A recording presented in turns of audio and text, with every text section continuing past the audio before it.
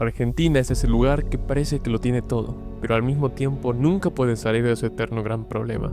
¿Quién es realmente responsable de la deuda externa argentina? Hoy desentrañaremos la historia más reciente, desde la crisis del 2001 hasta el acuerdo de Milei en el 2025. Argentina entró en el siglo XXI sumida en la peor crisis de su historia. Una larga recesión puso el país patas para arriba, desatando protestas masivas bajo el grito "que se vayan todos" y generando un escenario de inestabilidad política que llegó a haber 5 presidentes en menos de 2 semanas. Les expliqué que la gente tenía mucha necesidad, que el seguro les iba a pagar todo y que al camión no le iba a pasar nada, pero que nos entregara la mercadería. ¿Cómo llegamos a este punto de no retorno?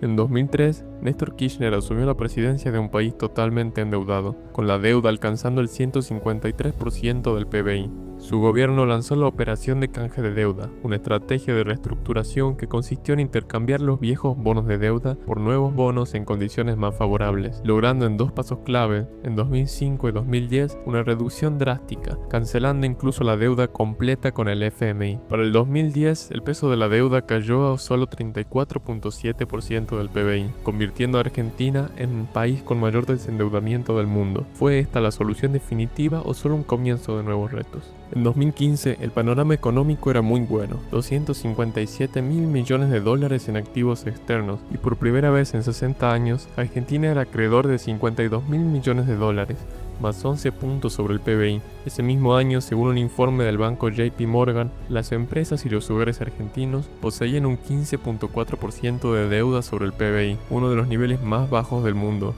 Sin embargo, hubo problemas con la operación de canje. A pesar de que el 93% de los bonistas se subieron al tren, 2 fondos buitres iniciaron demandas para cobrar montos superiores a lo pactado. En 2012, un fallo judicial de Nueva York ordenó a la Argentina pagar más de 1.330 millones de dólares. Aunque fue suspendido poco después, este episodio dejó una marca en el país, ya que durante el gobierno de Mauricio Macri se tomaron decisiones que cambiarían el curso de la economía. Se pagaron estos fondos buitres y se optó por financiar el déficit fiscal mediante la emisión de nueva deuda. Esta estrategia desencadenó una devaluación del peso del casi 40% en tan solo 24 horas, provocando una fuerte corrida bancaria. Aumentó 200% en la compra de dólares y una fuga de divisas que alcanzó los 9 mil millones de dólares, todo en menos de un año. ¡Nos inunda más! ¡Nos inunda más! ¿Fue este el precio inevitable para reintegrar a la Argentina en la economía global o un error que en realidad profundizó la crisis? Luego de la crisis cambiaria de comienzos de 2018,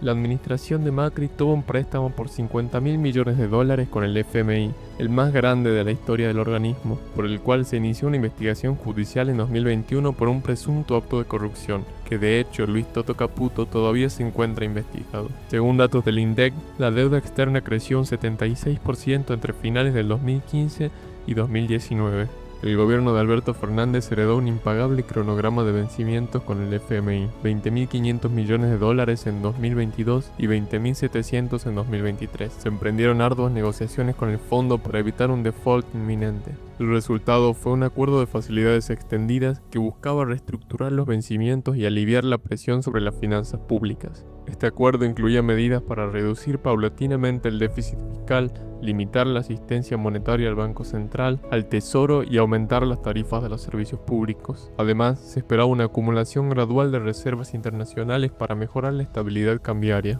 Aunque el acuerdo fue criticado por la interna peronista y por algunos tenedores de bonos privados, que lo consideraban poco exigente en términos de reformas estructurales, supuso un respiro temporal para permitir que la deuda se mantuviera, en su mayoría, en pesos y evitar una dependencia excesiva de nuevos créditos. Sin embargo, la tensión y los desafíos fiscales persistían y la situación económica empeoraba en la Argentina. Y aunque su gestión se aumentó la deuda bruta en casi la misma cantidad que la del gobierno de Macri, la diferencia con este es que la deuda se mantuvo en pesos y no fue tomada a través de los difíciles acuerdos con el FMI. Y no, porque mientras no vayamos y quememos fuego a todo, prendamos fuego a todo, no va a pasar nada. ¿Qué significa eso? Vos sabés lo que significa que me venís a romper las pelotas. Avanzando 2025, Milei se enfrenta a una economía que aún lucha por recuperar sus reservas, las cuales, a pesar de su duro ajuste, han disminuido a pasos agigantados. Hoy Milei y Caputo se centran en la búsqueda de un nuevo crédito de 20.000 millones de dólares. Se recurre otra vez al FMI y a entidades internacionales que pretenden reestructurar la deuda en un contexto que dice ser diferente. Desde que asumió, la administración de Milei ha impulsado una serie de reformas económicas basadas en el ajuste del gasto público y la reducción del déficit fiscal.